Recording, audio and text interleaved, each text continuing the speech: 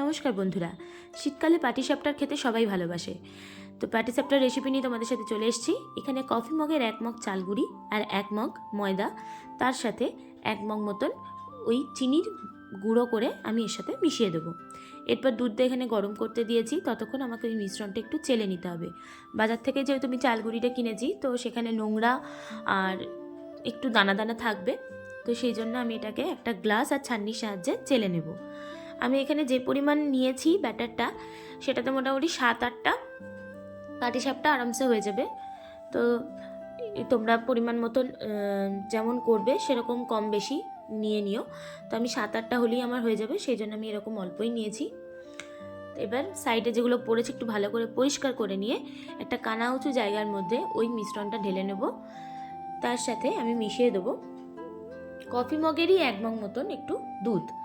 তার সমপরিমাণ আমাকে জলও নিতে হবে, কারণ শুধু দুধ দিয়ে জিনিসটা গুললে ব্যাটারটা ঠিক মতন হবে না, আর তাওয়াতে দেওয়ার পর পাটিসাপটাটা উল্টাবেও না।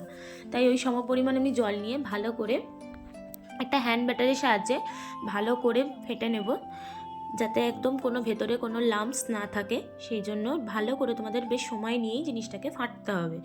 তো আমার এখানে জল একটু কম মনে হলো, সেই জন্য আমি আর একটু জল মিশিয়ে দিলাম। জল মেশানোর পর জিনিসটাকে অনেকক্ষণ ধরে ভালোভাবে, মোটামুটি 5-7 মিনিট ধরে ভালোভাবে ফেটাতে হবে। ফেটানোর পর এটাকে ঢাকা দিয়ে কিছুক্ষণের জন্য রেস্ট নিতে হবে। আমি 10 মিনিটের জন্য ছেড়ে দিয়েছিলাম রেস্টে, কারণ ওখানে যেহেতু চাল গুঁড়িটা আছে ওটা ভালো করে ভিজতে দিতে হবে। তো এইভাবে ফেটানোর পর আমি একটু এর মধ্যে ঘি দিয়ে নেব, ঘি দিয়ে ভালো করে ফেটিয়ে রেখে দেবো। ভালো করে ফেটিয়ে নিয়ে আমি এটা 10 মিনিটের জন্য ঢাকা দিয়ে রেস্ট দেবো। 10 মিনিট এই দেখো হয়ে গেছে। দেখো ব্যাটারটা কেমন হয়েছে, না পাতলা না বেশি পুরু, এরকম একটা ব্যাটার তোমরা তৈরি করবে। এরপর আমরা এখানে নিয়ে নেব এর মধ্যে যে পুরটা দেবো। আমি এখানে সন্দেশের পুর দিয়ে করেছি, তোমরা চাইলে নারকেলের পুর দিয়েও করতে পারো। আমি নারকেলের পুর দিয়ে রেসিপিটা অন্য একদিন শেয়ার করবো তোমাদের সাথে, আজকে সন্দেশের পুর দিয়ে তোমাদের সাথে শেয়ার করছি। এবার হাতে একটু তেল নিয়ে লুচির যেমন লেই করা হয় সেরকম গোল গোল করে নেবে, তাতে তোমাদের পাটিসাপটার মধ্যে পরিমাণটা বুঝতে সুবিধা হবে যে তোমরা কতটা পুর দেবে। এখানে আমি ছোট ছোট করে নিয়েছি। আমি প্রত্যেকটা প্যাটিসাপটার মধ্যে এরকম 2টো করে গোল দেব, একটা করে না, তাহলে কম হয়ে যাবে, এই জন্য আমি 2টো করে গোল দেব। এবার একটা তাওয়ার মধ্যে একটু তেল বা ঘি মিশিয়ে নেব। মিশিয়ে নেওয়ার পর তখন এটা গরম হয়ে যাবে, তখন এর মধ্যে একটু জল ছিটিয়ে দেবো। এটা আমার ননস্টিকের কড়াই, আমার এটা না করলেও হতো, কিন্তু তোমরা যদি প্লেন তাওয়াতে করো তাহলে এই তেল আর জলটা এইভাবে দিয়ে মুছে নিলে এটা ননস্টিকের মতনই কাজ করবে। তো এর মধ্যে এবার আমি 2 হাতায় ব্যাটারটা ঢেলে নেবো। ব্যাটারটা ঢেলে ভালো করে ছড়িয়ে দিয়ে কিছুক্ষণে ঢাকা দিয়ে দেবো। মোটামুটি এই 8 সেকেন্ড কি 1 মিনিটের জন্য রেস্ট দিয়ে দিতে হবে। সরি, 8 সেকেন্ড না, 8 মিনিট বা 1 মিনিটের জন্য রেস্ট দিয়ে দিতে হবে। এরপরে ঢাকাটা তুলে ওই যে সন্দেশের পুরটা আমি রেখেছিলাম সেটা ভালো করে ওটার মধ্যে ছড়িয়ে দেবো।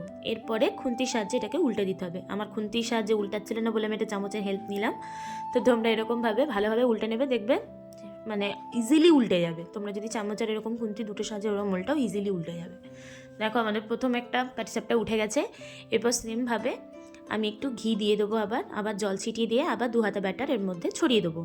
2 হাতা ব্যাটার ছড়ানোর পর ভালো করে এই জায়গাটাতে ঘুরিয়ে দিয়ে গোল মতন শেপ দিয়ে তার মধ্যে ঢাকাটা দিয়ে দেবো। ঢাকাটা দেওয়ার পর কিছুক্ষণ পর দেখো ওপরটা হয়ে গেলে এর মধ্যে আবার সন্দেশের পুর দিয়ে সেমভাবে আমি উল্টে নেব। তোমরাও চেষ্টা করো বাড়িতে, খুব ইজিলি এটা উঠে যাবে, কোনো সমস্যা হবে না, এবং খেতেও খুব সুন্দর হয়েছে। অনেকেই এটা গুড়ের সাথে মিশ্রণটা বানায়, চিনির জায়গায় গুড় দেয়। আমি এখানে চিনিই দিয়েছি, তোমরা চাইলে গুড়ও দিতে পারো। দেখো এইভাবে উল্টে পাল্টে আমার পাটিসাপটা কিন্তু রেডি হয়ে যাচ্ছে। তোমাদেরকে দেখাচ্ছি, দেখো কত সুন্দর হয়েছে। নমস্কার বন্ধুরা, আবার আসবো নতুন রেসিপি নিয়ে। টাটা।